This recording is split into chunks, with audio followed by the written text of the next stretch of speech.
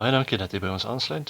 Dit is vir die NG Kerk van Karasburg se erediens Sondag 16 Maart 2025, waar ons verder gaan in ons reeks, en dan spesifiek na die oneerlike bestuurder.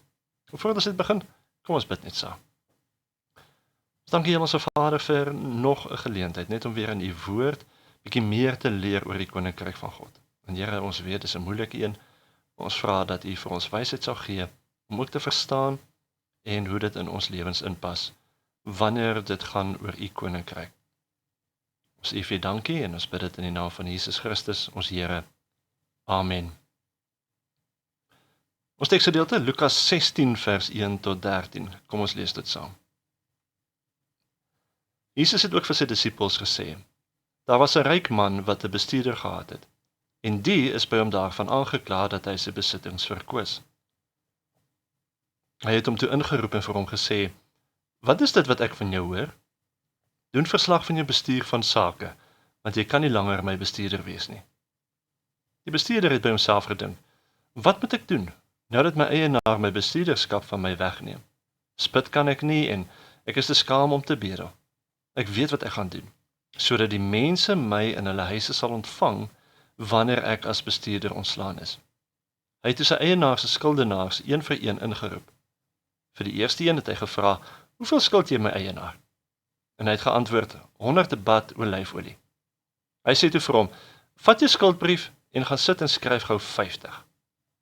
Hierna het hy vir 'n ander een gevra, en jy, hoeveel skuld jy? Hy antwoord, 100 kor koring. Vir hom sê hy, vat jou skuldbrief en skryf 80. Die eienaar het die oneerlike bestuurder toe geprys, omdat hy verstandig opgetree het, want die kinders van hierdie wêreld tree verstandiger teenoor mekaar op, as die kinders van die lig. Ek sê vir julle, maak vir julle vriende deur middel van die oneerlike mammon, sodat, wanneer dit tot 'n einde kom, hulle julle in die ewige wonings mag ontvang. Wie in die geringste betroubaar is ook betroubaar waar dit om baie gaan. En wie in die geringste oneerlik is ook oneerlik waar dit om baie gaan. As julle dan nie betroubaar was wat die oneerlike mammon betref nie, wie sal julle met die ware rykdom vertrou? En as julle nie betroubaar was met 'n ander se goed nie, wie sal vir julle gee wat julle toekom? Geen huisknegt kan 2 baase dien nie, want hy sal of die een haat en die ander een lief hê, of hy sal in die een lojaal wees en die ander een verag. Hulle kan nie God en mammon dien nie. Ons lees dan tot sover. Nou vandag kyk ons na ons volgende gelykenis in ons reeks, en ek moet sê hierdie een was nogal 'n uitdaging. Elke kommentaar wat ek bestudeer het almal erken dat hierdie gelykenis nogal moeilik is. En baie van hulle het my eintlik my kop laat krap, en omdat ek nie so lekker verstaan die lyne wat hulle probeer trek, of die redes wat hulle probeer gee het nie. Maar onthou, soos wat ek elke keer sê, elke gelykenis fokus net op 'n sekere aspek van die Koninkryk van God. En daarom sal ons onsself vasloop as ons die hele Koninkryk van God probeer interpreteer vanuit 'n enkele gelykenis. En dan, want die gelykenisse het nie ten doel om die hele volle prentjie te gee van God se Koninkryk nie, maar eerder 'n belangrike aspek of 'n beginsel daarvan. So dis hoekom dit vir ons belangrik is om elke gelykenis goed te bestudeer vir die boodskap wat dit probeer gee. Nou as 'n mens hierdie gelykenis nog beter wil verstaan, moet ons ook kyk na waar Lukas hierdie gelykenis in sy evangelie plaas. Die gedeelte net voor ons teksvers gaan oor die verlore jongste seun en die oudste seun, wat eintlik albei opgetree en gedink het oor hulle besittings. Die oudste seun het dit gespaar, maar nooit gebruik nie, terwyl die jongste seun dit weer alles verkoos het. In die gedeelte net na hierdie gelykenis is die van die ryk man en Lazarus, waar die ryk man glad nie van sy rykdom met Lazarus gedeel het om hom te help nie. En dan is daar hierdie gedeelte tussenin, die oneerlike bestuurder. Jesus vertel dat daar 'n ryk man was, wat 'n bestuurder gehad het. Nou as ons vers 8 in gedagte hou, wil dit voorkom of Jesus impliseer dat beide die ryk man en die bestuurder dalk eerder kinders van die wêreld is, as wat hulle kinders van die lig is. En hierdie is belangrik vir ons verstaan van die gelykenis later. So hierdie twee tree dus op soos mense wat in die wêreld is. En die bestuurder word nou uitgevang dat hy van die ryk man se besittings verkoos. Met die gevolg dat hy sy werk verloor. Nou ek weet nie of dit beteken dat hy homself daardeur verryk het en of hy maar net gemors het met die besittings soos die verlore seun nie. Maar dit maak ook nie werklik saak nie. Maar dit wil tog voorkom asof Jesus hier 'n vergelyking trek tussen die oneerlike bestuurder se verkosing en die verlore seun se verkosing. Dit is dan egter op hierdie punt waar hulle ook dan groot verskil. Want die verlore seun het te midde van sy omstandighede tot inkeer gekom en besluit om sy toekoms te aanvaar vir wat dit is en dit oor te gee in sy pa se hande. Terwyl die bestuurder besluit weer dat hy ten minste sy toekoms kan verseker. Want hy sien aan die een kant nie kans vir hierdie fisiese werk nie, want hy sê hy weet nie hoe om dit te doen nie, en aan die ander kant skaam hy hom as hy sou moes bedel. So hy besluit eerder om die ryk man se goed te gebruik om vir homself 'n toekoms te verseker by mense wat hom dan met graagte sal ontvang wanneer hy weer hulp nodig het. Nou tot hier toe is die uitleg van die gelykenis nog maklik. Dit is egter van hier af waar mense begin wonder en verward raak en partykeer selfs verkeerd verstaan ook. Ons sien dat die bestuurder mense wat in die ryk man goeder skuld ingeroep word en dan verminder hy hulle skuld deur die getalle te verander na iets laer. En die rede hoekom hy dit doen is dan om guns by daardie mense te kry sodat hulle hom later wanneer hy sonder sy werk sit sal help. Nou die getalle is ook nogal groot getalle vir daardie tyd. Die eerste een het 100 bad olyfolie geskuld en dis ongeveer 2200 liter olyfolie. Nou as ek persoonlik so baie olyfolie moes gaan koop, gaan dit my 'n fortuin kos. En hy het hierdie 100 van die olyfolie het hy verminder na 50 toe, wat basies die helfte is van wat die persoon geskuld het. Die tweede persoon het weer 100 kor koring geskuld, wat ongeveer 22.000 liter koring is.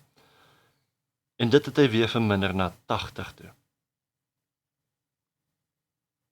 Nou die kommentare stem nie almal ooreen oor hoe hulle verduidelik hoekom die ryk man nou jy sy bestuurder geprys het as verstandig toe hy dit gedoen het nie.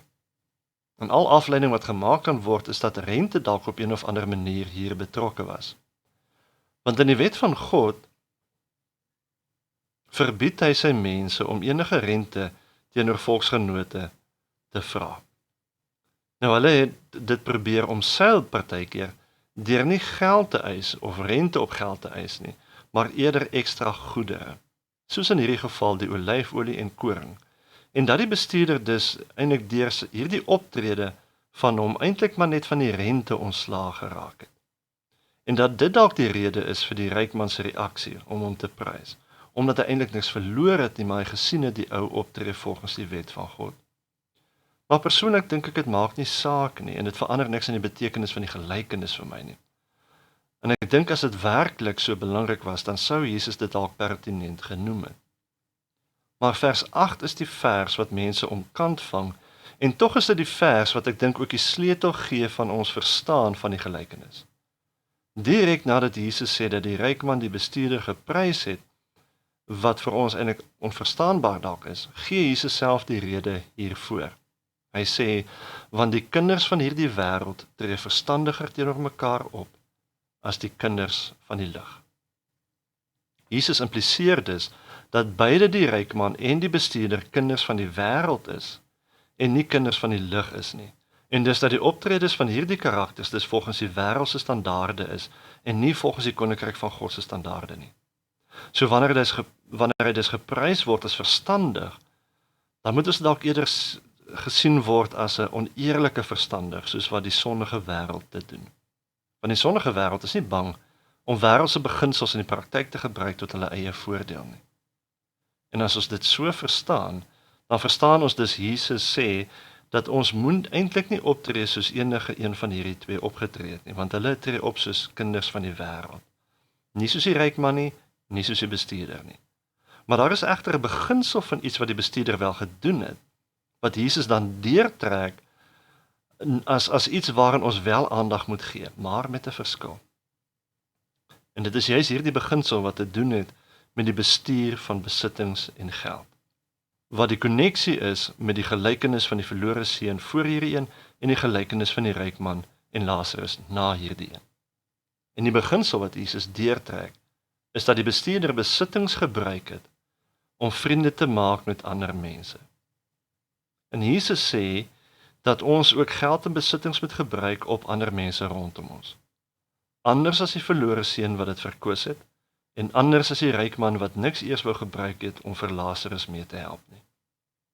Jesus se beginsel is dus dat Christene wat kinders van die lig is, die oneerlike mammon moet gebruik, nie onverskillig nie, ook nie tot hulle eie voordeel nie, maar juis tot voordeel van ander mense rondom hulle. Die oomblik wat ons die gelykenis so verstaan, dan maak die volgende paar verse vanaf vers 10 vir ons meer sin. In vers 11 sê Jesus dat as ons nie betroubaar was wat die oneerlike mammon betref nie, wie sal ons dan met die ware rykdom vertrou? Verstaan ons die implikasie hiervan? Jesus sê, as ons as Christene dit nie reg kry om geld en besittings reg te gebruik tot voordeel van ander mense nie, gaan God ons nie vertrou met die ware rykdom nie. Nou die ware rykdom is dit wat God vir ons gee deur sy koninkryk en deur die Heilige Gees. Vers 10 sê, wie in die geringste betroubaar is ook betroubaar waar dit om baie gaan. En wie in die geringste oneerlik is ook oneerlik waar dit om baie gaan. God gaan nie 'n bediening wat deel is van die ware rykdom aan jou toevertrou as jy nie geld en besittings wat weer deel is van die oneerlike mammon reg gebruik in sy koninkryk nie. As ons wil hê dat God ons in 'n bediening moet vertrou en gebruik, dan is dit van kardinale belang dat ons eers soos kinders van die lig sal optree in terme van geld en besittings. Ons geld en besittings het God aan ons gegee juis om te gebruik vir sy koninkryk. Dis die maklikste gedeelte, dis die geringste gedeelte. Maar as ons hier nie die toets slaag nie, gee ons nie aan God 'n rede om ons met groter dinge te vertrou nie. Ons moet eers die toets van geldgierigheid slaag. Ons moet kies tussen God om aan hom gehoorsaam te wees of aan mammon. En dit word beklemtoon in vers 12 se vraag, en as julle nie betroubaar was met ander se goed nie, wie sal vir julle gee wat julle toekom? Nou as ons nie betroubaar is met God se goed wat hy van ons vra om te bestuur hier op aarde nie, en dit sluit alles in jou lewe in, dan gaan ons nie kry wat ons toekom nie. En hierdie gedagte word geëcho in Maleagi 3 vers 10, waar die Here sy volk uitnooi deur te sê, bring die volle 10de na die voorraadkamer sodat daar voedsel in my huis kan wees. Met ander woorde, die Here sê, bestuur dit wat ek vir julle gee reg, deur die volle 10de na die voorraadkamer te bring, sodat ander voedsel kan kry daaruit. Toets my hierin, sê die Here, heerser oor alle magte, of ek nie vir julle die vensters van die hemel sal oopmaak en oorvloedige seën oor julle sal uitstort. Met ander woorde, die ware rykdom vir julle sal gee nie. En hier is natuurlik 'n vers wat baie keer verkeerdelik deur die voorspoedsteologie gebruik word om selfverryking te probeer toepas. Maar as jy dit bring met die beginsel wat Jesus vir ons in ons gelykenis uitwys, dat ons dus nie werk tot verryking van onsself in terme van geld en besittings nie, maar tot voordeel van ander in die koninkryk van God, waar ons dan voordeel trek uit God se skatte in die hemel, dan maak dit sin. Ons moet dus ons finansiële bates so gebruik, dat ons waarlik vriende maak met mense rondom ons. Dit beteken dat elke gelowige die geld wat God onder jou bestuur geplaas het, so moet gebruik dat dit 'n instrument word in God se hand. Met ander woorde, dat God jou deur jou vir ander mense sorg en seën. Ek weet nie of julle al gehoor het wat die verskil is tussen 'n dief, 'n vrek, 'n humanis en 'n Christen nie. 'n Dief se lese is, jou geld is myne, ek vat dit. 'n Vrek se lese is weer, my geld is my geld, ek hou dit. 'n Humanis se lese is, my geld is joune, ek sal dit met jou deel. Maar 'n Christen se lese moet wees, my geld is God se, daarom deel ek dit met jou. Moet dus nie onverskrokke met jou geld en besittings omgaan en dit verkoos soos die verlore jong seun gedoen het nie. Moet dus ook nie net jou geld en jou besittings vir jouself hou, dat jy nie eens die Lasarusse van hierdie wêreld kan help nie. maar pas die beginsel toe om hierdie oneerlike mammon ten goeie te gebruik deur ander te help. En dan sal jy ervaar dat God jou toevertrou met nog groter dinge wat jy vir hom kan doen. As jy God se opdrag uitvoer, sorg jy vir jou ewige toekoms, en jy sal in die ewige wonings ontvang word, sê Jesus in die gedeelte. Die gelykenis herinner ons ook natuurlik dat ons aardse rykdom gee, maar jy weet 'n tydelike en 'n kortstondige sekuriteit. Want selfs in hierdie lewe kan dit verdwyn. Jesus sê wanneer dit tot 'n einde kom. Vir ons toekomstige lewe in die hemel het hierdie dinge in elk geval geen sekuriteitswaarde nie. As jy egter in mense belê en mense se nood ligter maak, wys jy daarmee dat jy oor ewige sekuriteit beskik. En daarom sê Jesus dat ons moet besluit of ons God of Mammon deur ons bates wil aanbid. Want jy kan nie albei doen nie. En Mammon gaan in elk geval jou in die steek laat in jou sterwensuur, want niks daarvan kan jy saamneem hemel toe nie. Wat God van ons eis, is dat jy hom moet dien. Dit hou in dat jy nie in Mammon se diens mag wees nie, maar juist die omgekeerde, dat jy Mammon moet gebruik, soos wat Christus hier verduidelik het, deur vriende rondom jou te maak in die gebruik van jou finansiële besittings, sodat jy ook 'n oop deur by hulle het vir die koninkryk van God. En dit trek vir jou rente in die hemel. Amen. Kom ons bid. Hemelse Vader, ons moet dalk bely dat ons partykeer soos die ryk man opgetree het teenoor Lazarus en ons eerder vasgehou het aan ons besittings en geld. Of dalk moet ons bely, Here, is dat ons dalk soos die verlore seun opgetree het en totaal en al onverskrokke net alles verkoos het. Maar Here, U het ons juis aangestel om rentmeesters te wees van U besittings, om dit te bestuur. En daarom vra ons Heilige Gees dat U vir ons wysheid sal gee oor hoe om dit reg te gebruik in die koninkryk van God. Ons bid dit in die naam van Jesus Christus, ons Here. Amen. Ontvang ook nou die seën van die Here. Die Here sal u gebede verhoor. Hy sal by u staan in tye van nood en met u wees in tye van blydskap, orals waar u gaan. Amen.